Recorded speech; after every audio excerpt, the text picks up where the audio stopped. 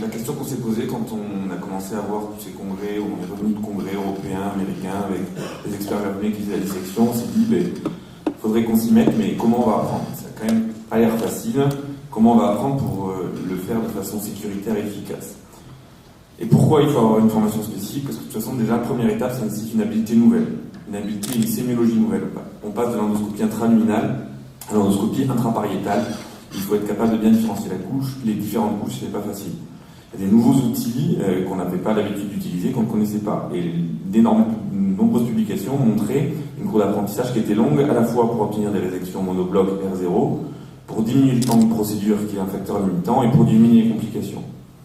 Et partout, il était écrit qu'il fallait respecter 4 étapes. Évidemment, on ne peut pas se lancer dans ce genre de procédure si on ne connaît pas les indications.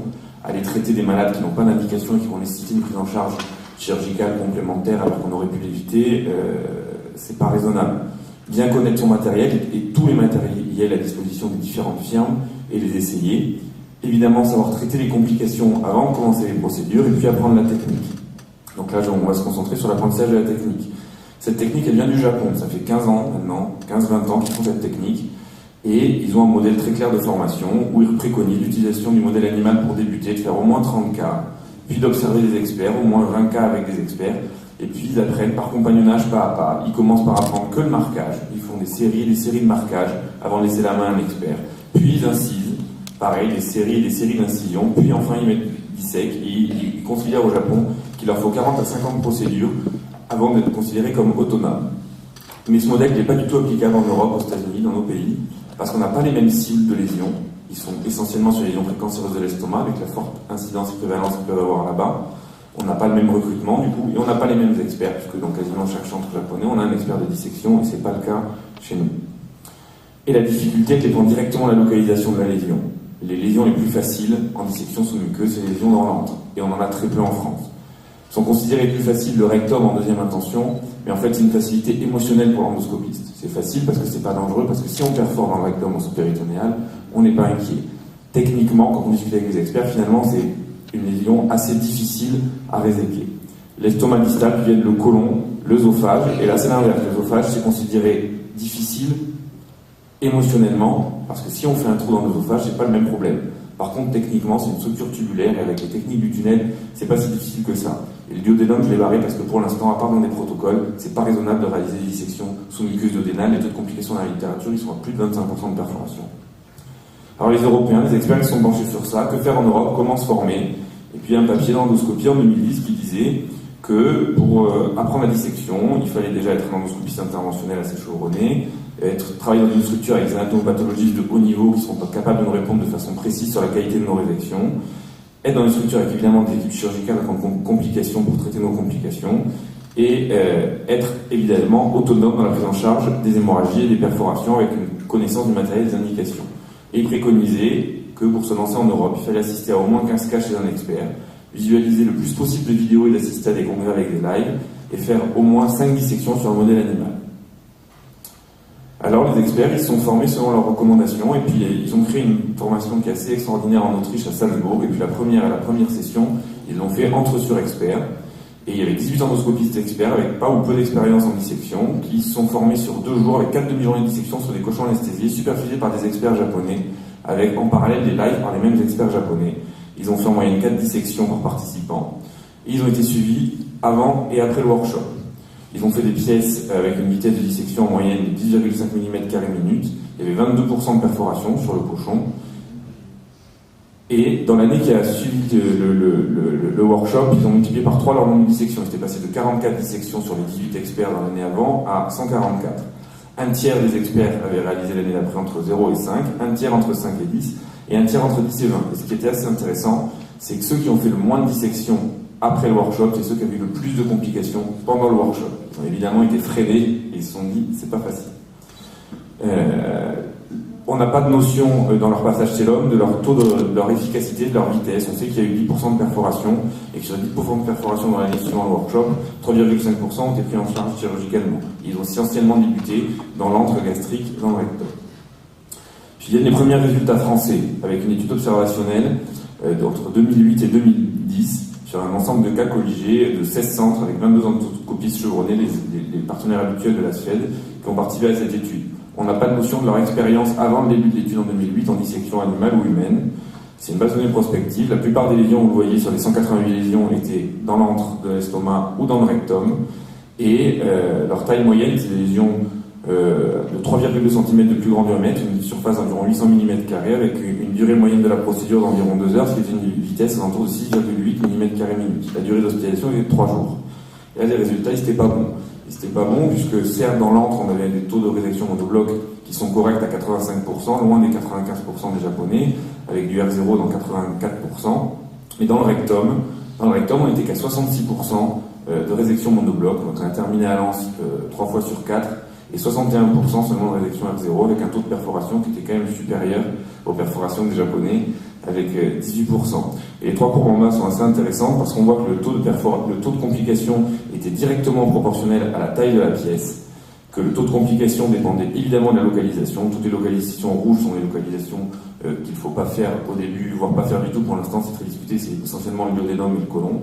Mais par contre, ce qui était surprenant, alors probablement parce qu'il n'y avait pas assez de cas dans certains centres, il n'y avait pas de lien direct entre le pourcentage de complications et le volume de recrutement des centres. Ça n'a pas été montré de façon significative. Alors chez nous, qu'est-ce qu'on a fait? La première dissection, c'était en décembre 2012. On avait suivi les recommandations des experts, on avait assisté à des workshops, on avait fait nos 5 dissections chez l'animal, on avait regardé des vidéos, participé à des lives, on s'est dit pourquoi pas. Et ça a été le crash complet. 7h30 de procédure, un malaise de l'endoscopiste, terminé à l'anse, l'anesthésiste qui est plus venu bosser pendant une semaine, c'était dramatique. C'était un ADO avec des dysplasies de haut grade. Il n'y a pas eu de récidive à 1 an, mais là on s'est dit, c'est peut-être pas fait pour nous. Alors on a réfléchi, ça nous arrive, on s'est dit on avait 3 problèmes. Premièrement, on manquait d'entraînement, c'était clair et net, on manquait d'entraînement.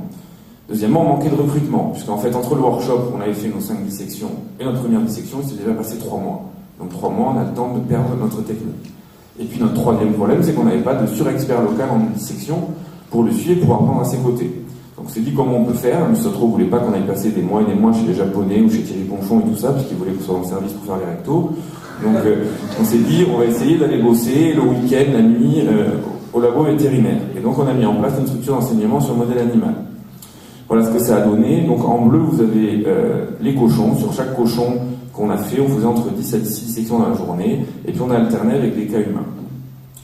Les résultats sur le cochon, on a fait 36 dissections avec un taux de monobloc de 97%. En fait, on crée une lésion virtuelle avec une anse diathermique qui nous permettait de cibler une lésion. C'est un marquage autour de cette anse avant de réséquer la pièce pour voir si on arrivait à enlever la cible. C'était pas juste réséquer un bout ou faire un scalp de l'estomac, mais essayer de cibler la zone qu'on voulait scalper. La taille des pièces en millimètres carrés en moyenne était de 1072 mm2 avec une durée de 47 minutes en moyenne et une vitesse de dissection de 22,4 mm2 minute. Ont été considérés comme des saignements qui retardaient la procédure, parce que c'est pas une réelle complication de la dissection. Le saignement, ça fait partie de la procédure, il faut savoir la prendre en charge. Alors on a considéré les gros saignements qui retardaient la procédure et on a fait une perforation. Et on voyait la cour d'apprentissage qui a été publiée, qu'on a retrouvée, puisque entre nos 18 premières dissections et nos 18 dernières, on a quasiment multiplié par 2 notre vitesse. Voilà ce que ça donne dans les pièces. Et on l'a pas fait parce qu'on y a pensé plus tard. Je pense qu'on aurait même pu faire, entre guillemets, sans aller dans la patte, un espèce de R0 animal, puisque là on voit bien qu'on a toute l'anse diathermique, le marquage, c'est-à-dire qu'on enlevait bien toute la lésion, et là sur celle d'en bas on voit qu'il nous en manque, donc probablement que celle-là, on n'aurait pas été en R0 animal. Et puis, donc, on a fait des hommes à côté, donc on en a a fait 16 dissections, 3 œsophages, un estomac, 3 œsophages, 2 carcinomes pyramoïdes, un endocarcinome, à chaque fois in situ ou TM3, un estomac, et puis 12 volumineuses lésions vileuses rectales. On a été monobloc dans 100% des cas, R0 dans 93% des cas, on a eu une perforation prise en charge médicalement sans complications, 25% de saignement de procédure et une sténose dans le cas d'un œsophage circonférentiel. Au cas où elle a été transfusée. Et donc, si on analyse un peu plus en détail les résultats du rectum, puisque c'est là où on a assez à peu près de cas pour commencer à analyser, la taille moyenne de lésion, c'est des très grosses lésions, puisque le plus grand diamètre était de 6 cm et le plus petit diamètre de 4 cm et demi. La surface moyenne était de 2300 mm2 avec une durée moyenne de 264 minutes, donc ça fait 4h30. Une vitesse moyenne de 9,6 mm2 minute, monobloc dans 100% des cas, 0 dans 100% des cas, Et il y avait dans 2 tiers des cas du cancer intramuqueux. Et pour l'instant, aucune récidive à 3 mois et la moitié de nos malades à 1 an n'ont aucune récidive. Et voilà un peu l'aspect des pièces. Nos plus belles pièces, celle d'en bas c'est la dernière qui faisait 10 cm sur 6 cm et qui était à 0. Et puis si on regarde avec le temps, les petites flèches bleues c'est les cochons, et puis c'est chaque cas de tumeur rectale, et bien on voit que la vitesse a énormément progressé. On a l'impression de passer un palier tous les 3 dissections et on est parti de 3 mm² minute, ce qui était vraiment lent, et maintenant on est stabilisé sur les dernières dissections d'entour de 15 à 20 mm² minute. Et si on compare à la littérature, ça c'est l'étude française dont je vous ai parlé tout à l'heure, et puis après 2 études européennes qui ont considéré que des rectums avec entre 20 et 40 cas. Ils étaient à 8,5 mm² minute et 12,5 mm² minute de moyenne. Il n'y a pas d'études japonaises pour se comparer où ils font que du rectum, ce qui consiste dans leurs études qui publient, ils mélangent le côlon et le rectum, et le côlon je pense que c'est vraiment à part et on n'y est pas encore. Et sur nos cas humains, la vitesse elle a plus de doublé entre nos 6 premiers cas et nos 6 derniers cas grâce à l'utilisation de ce modèle animal. Donc en conclusion, la dissection c'est efficace et sûr grâce à une structure d'enseignement sur le modèle animal. Le premier temps du modèle animal, c'était l'apprentissage de la technique. Le deuxième temps, c'était le perfectionnement. Le modèle animal, ça a permis surtout, je pense, de compenser le manque de recrutement débutants. Quand on est en endoscopie, on ne serait pas à faire du caté si on avait un recrutement de 15 catés par an. Et bien là, c'est pareil en dissection. Malgré ce modèle, on a fait 16 en 1 mois et demi, ça fait moins d'un par mois. Si on n'avait pas les cochons au milieu pour continuer à faire, je suis persuadé qu'on n'aurait pas ces résultats et qu'on perdrait la technique. À 2, c'est mieux, parce que Romain a commencé tout seul les 4 premières, après on a partagé, parce que ça dure 5 heures, je vous avoue que c'est agréable de lâcher la main aux 3 quarts d'heure, 1 heure et de faire ça à 2. Et peut-être aussi que le couteau hybride, on utilise quand même une knife de RB qui permet d'injecter en même temps, c'est plus sécurisant au début, et ça nous permet, je pense, d'avoir des résultats, notamment en termes de sécurité. Je vous remercie.